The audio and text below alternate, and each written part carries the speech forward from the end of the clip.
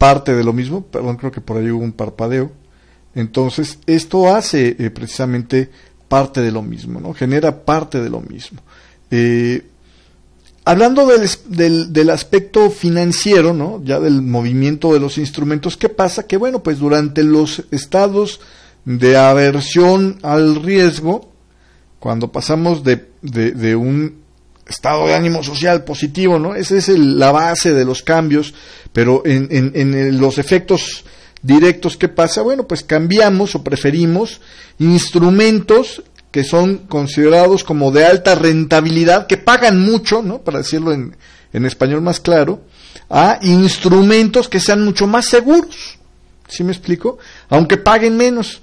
La prioridad cuando estamos en el apetito, pues obviamente es ganar dinero, ¿no? Y entonces vamos a preferir la rentabilidad durante épocas de apetito por el riesgo, y durante épocas de aversión por el riesgo, o durante momentos de aversión por el riesgo, vamos a ver que la gente, la masa de los operadores, va a preferir instrumentos que sean considerados como más seguros, como más confiables, donde la posibilidad de perder sea menor, a pesar de que sean menos rentables.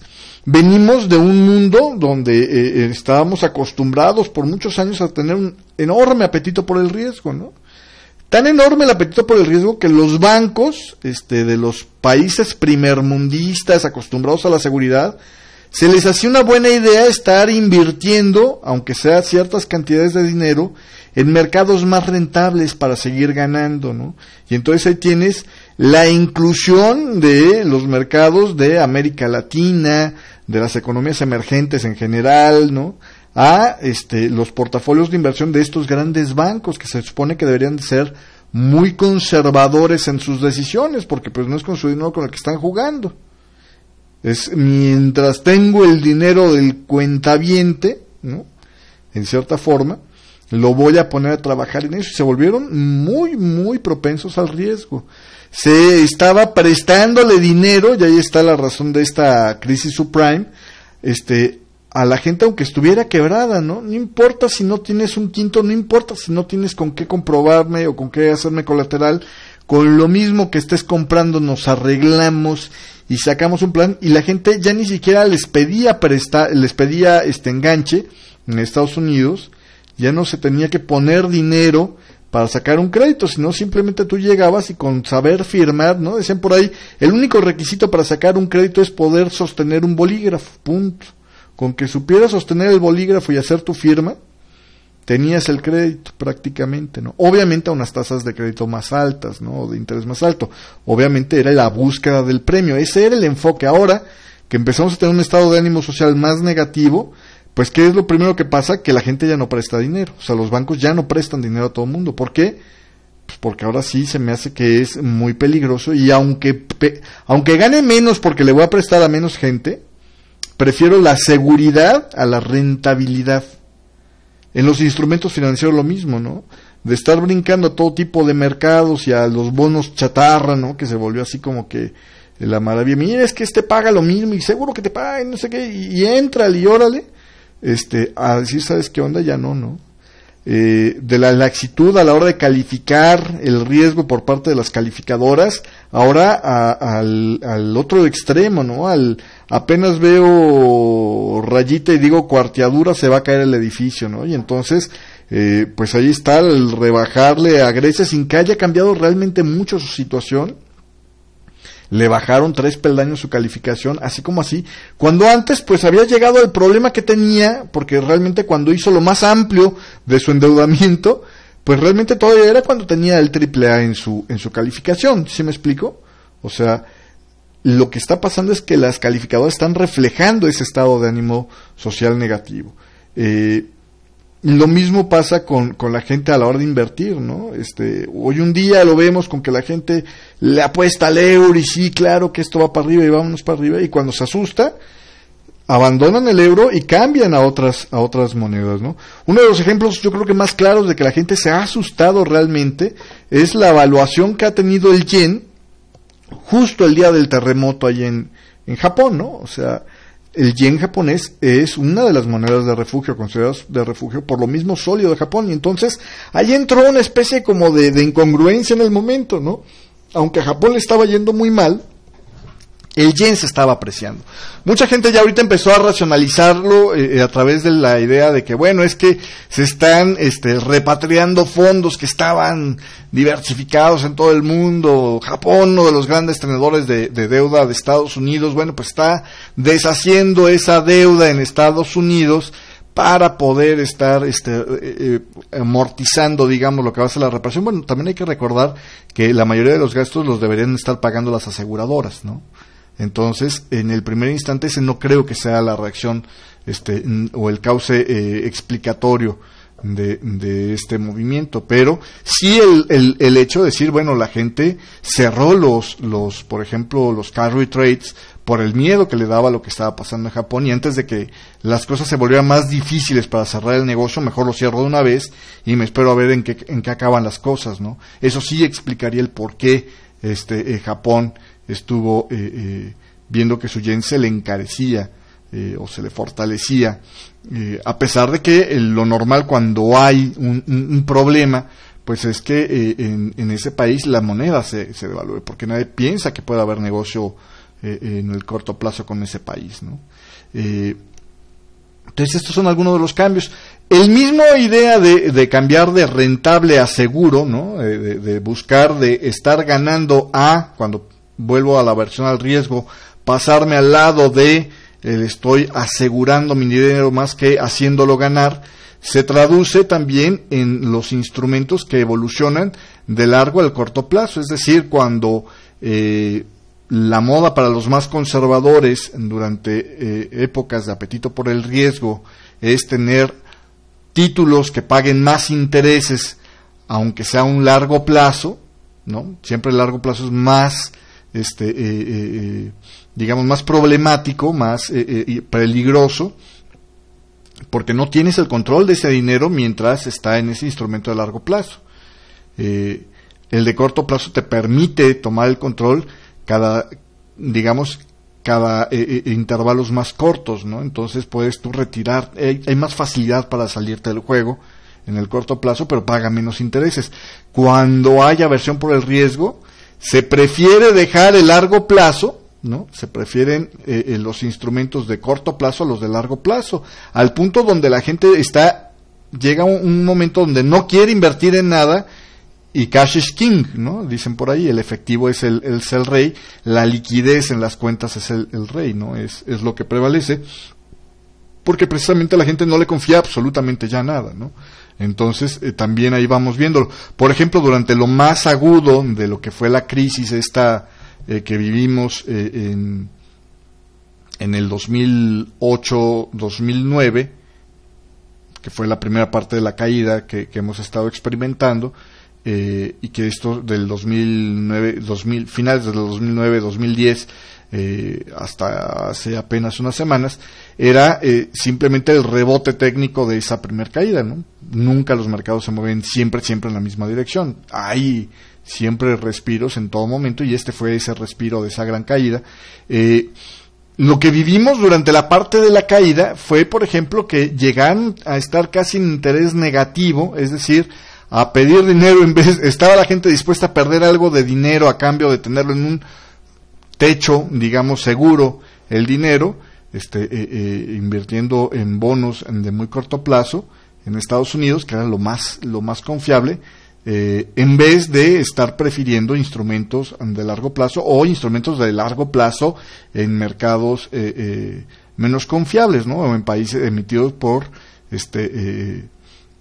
emisores menos confiables, ¿no? Que sería así como que el otro extremo. Entonces, ahí es donde nosotros identificamos este cambio. Entonces, si tú observas lo que es la tendencia de apetito y aversión por el riesgo, ¿qué sería de esperarse para los próximos años? Bueno, nosotros creemos que lo que sería de esperarse es que se pusiera negativo el modo social, o siguiera siendo negativo el modo social, y por lo tanto se evolucionara a una búsqueda de cada vez instrumentos más seguros por un lado y de más corto plazo en este aspecto. Vámonos a ir a un corte comercial rapidísimo y regreso para platicarte sobre la última parte, que es precisamente qué pasa con los commodities, ¿no? Qué pasa con las mercancías básicas en estos movimientos de apetito por el riesgo y aversión por el riesgo. Estás escuchando a Domingo de Forex aquí a través de Radio Forex Hispana.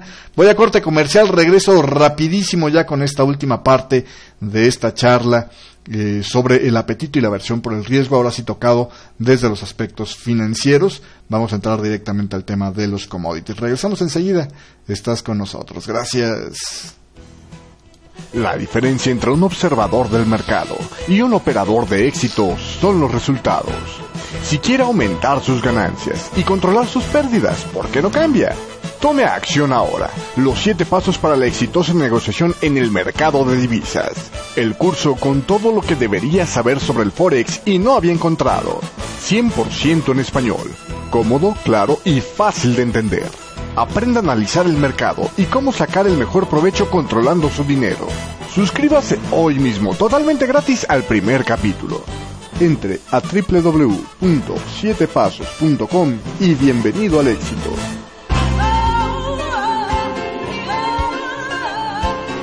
Domingo de Forex, con Memo Trader y 7 Pasos.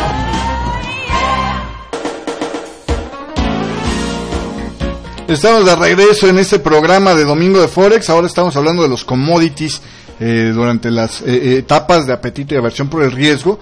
En términos generales hay que entender que los commodities tienen dos aspectos, ¿no? Por un lado, tienen un aspecto que tiene que ver con el instrumento financiero como tal, ¿no? Como por ejemplo, los futuros y las opciones sobre commodities, que tienen que ver meramente con los aspectos de negociación. Ahí, como cualquier otro instrumento, los commodities tienen la característica de ser instrumentos arriesgados, ¿no? Porque están sujetos a muchas posibilidades, sobre todo, por ejemplo, los commodities que dependen de climas, ¿no? Los agrícolas, los que tienen que ver con carnes, por ejemplo, con alimentos, pues son muy volátiles y esa volatilidad se interpreta como un riesgo, ¿no? Entonces, una de las cosas que pasa con los commodities es que durante estados de ánimo sociales negativos o etapas de aversión al riesgo, los commodities tienden a bajar por ese aspecto.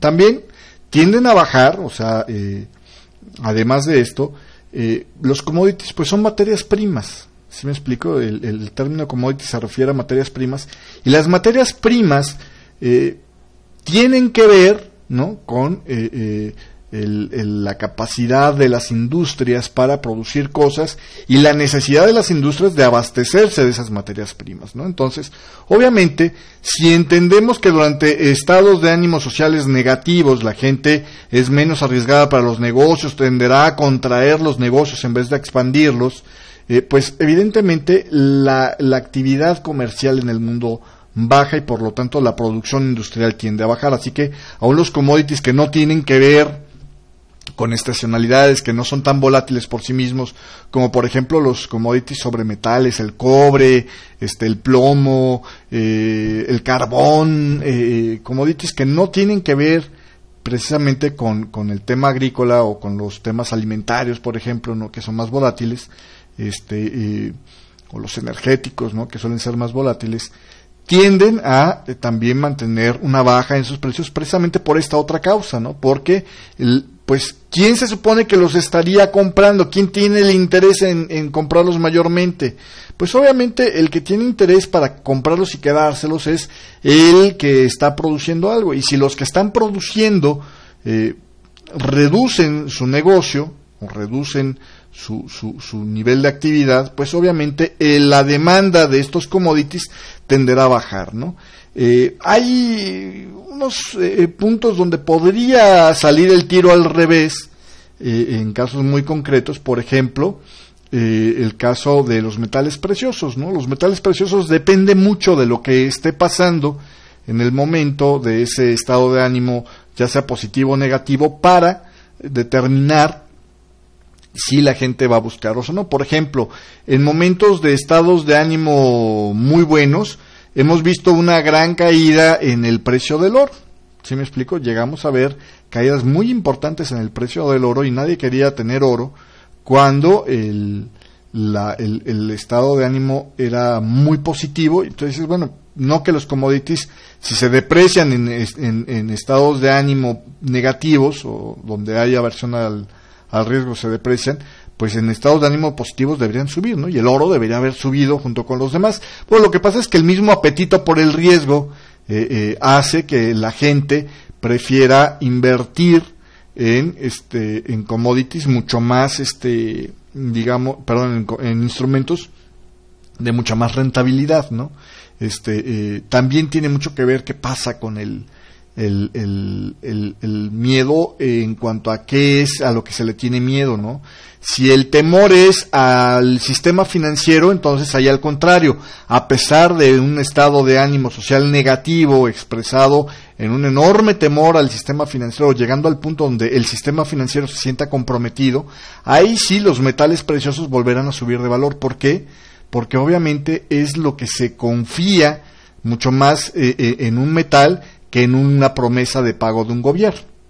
Entonces, hemos observado durante épocas, históricamente hablando, hemos observado durante épocas donde el estado de ánimo social es muy descompuesto, que llega a ponerse en riesgo el sistema financiero, como en la Gran Depresión, que de repente la gente, pues a lo que le va es a los metales, ¿no? Porque eso es algo que ahí sí, o es oro o no es oro, ¿no? No hay medias tintas, no hay eso de que era oro, pero el que estaba emitiendo ese oro, pues resulta ser que estaba quebrado.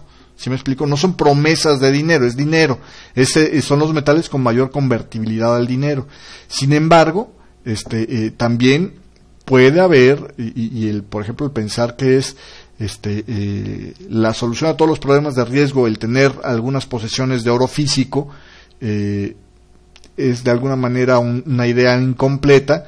Sí es un buen refugio, sí es recomendable que la gente que teme que haya un mal estado de ánimo social tenga oro, pero nada más ha habido momentos en la historia, inclusive en el país más libre del mundo, que es Estados Unidos, donde se prohibió la tenencia de dinero, ¿no? Y era un delito federal tener una tenencia de dinero, y se llegó al extremo de que si tú querías abrir tu caja de seguridad de un banco, tenía que haber un funcionario del gobierno ahí presente para ver qué había en esa caja y ver que no estuvieras escondiendo, oro, por ejemplo, ¿no? Entonces, son cosas bien interesantes que han pasado a lo largo del mundo y que se expresan de esto. Los activos, por ejemplo, como el petróleo, pues es un activo que también tiene una posición particular en el mundo de las mercancías básicas, porque es la mercancía básica de la que depende prácticamente el funcionamiento de todo lo que tenemos en este mundo. El 90% por lo menos, y me estoy quedando corto, de las cosas que tenemos en este mundo funcionan gracias al petróleo. Y entonces, pues por ejemplo, si el miedo se expresa primeramente en los países donde se produce ese petróleo, por ejemplo, que el estado de ánimo social negativo cunda en la parte que produce petróleo, es algo muy interesante en estos momentos, muy peligroso, porque obviamente esto presiona al alza ese activo, porque como todos dependemos de él, el hecho de que aparezca ese estado de ánimo social negativo en esa zona como un impedimento para que se produzca suficiente petróleo, asusta a la gente, y la gente entonces desea abastecerse, reservarse, y por lo tanto se vuelve un activo más cotizado, más deseado, y por lo tanto con mayor precio, ¿no? Que es lo que hemos visto las semanas estas recientes, donde ya la crisis de Libia hizo que este país dejara de producir sus 1.6 millones de barriles diarios, y entonces pues ahí sí el precio del petróleo se subió. Sin embargo, si el estado de ánimo social se sigue descomponiendo y baja o paraliza al resto del mundo, entonces ahí el commodity quedará en desuso, porque no habrá suficiente demanda para justificar el precio, y por lo tanto tenderá a bajar, ¿no? Entonces, hay algunos commodities que decíamos que en términos generales se comportarán de esta forma simple, ¿no? Si hay aversión por el riesgo, bajarán de precio; si hay apetito por el riesgo, tenderán a subir. Y hay algunos otros commodities donde, como es el caso del oro, de la plata, del platinum, o sea, los metales preciosos, el platino, los metales preciosos o los commodities que tienen que ver con energéticos, que tenderán a comportarse de acuerdo a otras circunstancias donde sea que se produzca el miedo, pero que también en términos generales, cuando ya se generalice ese temor por el riesgo, pues tenderán también a perder su valor. Pasó la vez pasada que entramos en la caída esta del 98-99. Los precios perdieron prácticamente el 60% de su valor, refiriéndome al petróleo, cuando la crisis empezó a mostrar que la industria se estaba parando, ¿no? Entonces, pues así las cosas con el apetito y la aversión por el riesgo. Espero que te haya quedado más o menos completo. Espero en el correo electrónico de 7.pasos@hotmail.com tus comentarios sobre el tema. Si tienes alguna otra duda o algún otro comentario al respecto, siempre son enriquecedores. Muchísimas gracias a todos ustedes por acompañarnos en este programa, y yo los espero la próxima semana con más información aquí a través de estos programas de Domingo de Forex. Entre semana, les recuerdo, los espero todos los días de lunes a viernes a partir de las 9 de la mañana hora de Nueva York para las emisiones en vivo, y si se agregan a mi lista de correo electrónico y le solicitan, le activan la parte de recibir diariamente las repeticiones del noticiero de Punto 9, bueno, pues ahí los estaré acompañando también. Para activarse en esta lista, entra a la página de www.7pasos.com, le pongo aquí las direcciones, www.7pasos.com, y ahí en esa página aparece un método para suscribirse a mi lista de correo. Además se lleva pues una copia del libro que tenemos en línea, el libro básico de Forex. Así que bueno, pues por ahí los esperamos. Muchísimas gracias por la compañía y nos estamos viendo la próxima semana. Gracias, pásela bonito, que tenga muy buena semana de trading. Hasta la próxima, nos vemos.